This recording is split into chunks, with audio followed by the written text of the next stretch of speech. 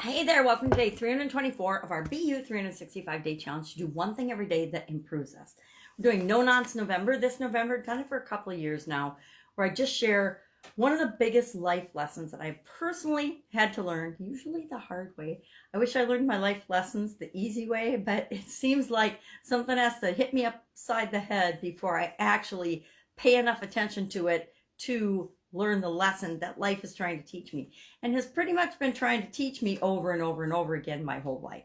So today our topic is, and at first I called it and said, because I believe you are an infinite being. We are all part of a huge whole. Therefore, we're all infinite beings.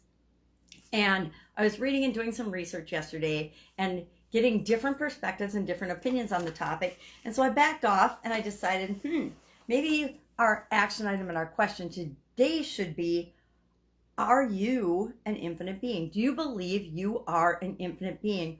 Or like many others, and like, I don't even know, I didn't do any research on statistics, but how many people believe that this life is all we've got and you better do a great job at it because after it, it's just kaput, you're done.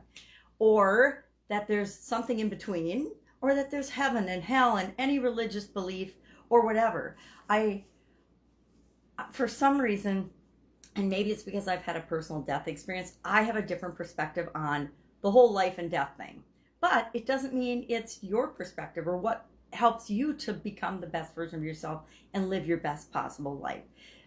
I do believe that we're each here to experience this life, and I think we're going to talk about this in a couple of days as our No Nonsense November, as only we uniquely can. And it's about our journey here on the planet, the lessons we learn, the people we have relationships with, the lives we touch or don't touch, the opportunities we take advantage of or don't. And it's the whole journey and how we experience that emotionally, physically, mentally, and intellectually that determines the quality and how we actually live this life. But today, I got to share this. I have to actually read it because I had to think about the sentence a couple of times. I don't understand why people write like this. I understand what each of the words mean, but together the sentence is so convoluted, it's a much easier way to say it. And it's basically talks about God is fashioned as an infinite being. And as such, and he or she or however, I don't think of God as a gender personally, but as an infinite being, meaning all things, everything, anything is possible. One's ability to have no logical limitations would be a definition of infinite being, meaning anything. And then I never thought about this, but basically it's said, because a lot of times you'll hear people say, we're all infinite beings. But the truth is there can only be one infinite thing, right? If infinity has no end, if there were two infinite beings, they would negate each other and there would be an end point where one began and one stopped. So logically, and I'm not sure it's logical or not, there can only be one. So whether you think of it as one universe, one God, one source energy, whatever it is, then there's one infinite being and we're all a part of that. And I personally like to believe that we continue on after this particular life, that our soul and our consciousness continues on. And again, I that's just my belief, and it's my belief based on my personal experiences. I don't know if it's true for anyone else. I kind of think that we all have the experience we choose and expect to have.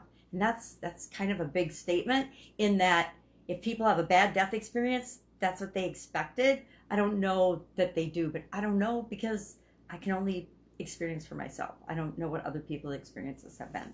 So today, I got to read this sentence to you. It says basically that the definition that there can only be one infinite being, and that there are no logical limits to that infinite being's in any way, shape, or form or capability. It says the definition creates an, I can't even pronounce this word, awkward epistemological position, as it ostensibly renders all potential evidence for such being inherently ambiguous.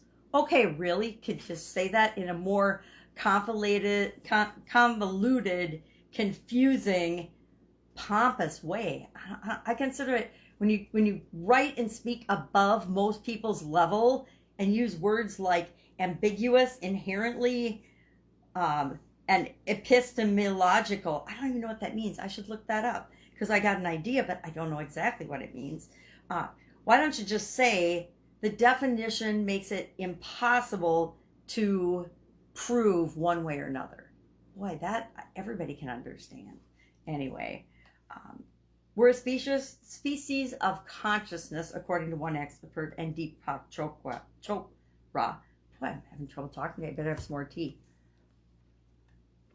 Basically, there's only one infinite being, and we're all just a part of it. I personally think I ascribe to that theory, and whether it's God or source energy or the universe or all that is or energy, however we look at it, and we can all look at it differently and still be right because it's right for us. That's the theory. I'm with Deepak. I believe that we're all part of something bigger and greater than ourselves, and that we're all connected, and that what we do unto ourselves, we do unto other people. What we do unto other people, we do unto ourselves. I don't know. That's just my spirituality belief. So today, what's our action item? Just give this topic a little thought. Have you ever thought about being an infinite being? Have you ever thought about this life, this journey versus what comes after? Do you believe there's something after this particular life experience? Share in the comments below your thoughts and aha moments on this or your experiences on it. If you want me to share mine, you have to ask personally. It's something I share one-on-one.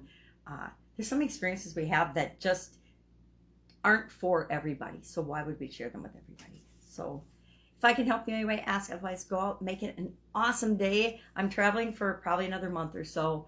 So you'll have different weird backgrounds, kind of awesome backgrounds. I'm in Texas right now and sitting on a four-season sun porch that's just incredible. I love it out here. I like to, because I feel like I'm in nature, but there's no bugs or rain. It doesn't look like it was going to rain today, but who knows? I think it's not going to, but it is cold in Texas, but not nearly as cold in Texas as it is in Wisconsin.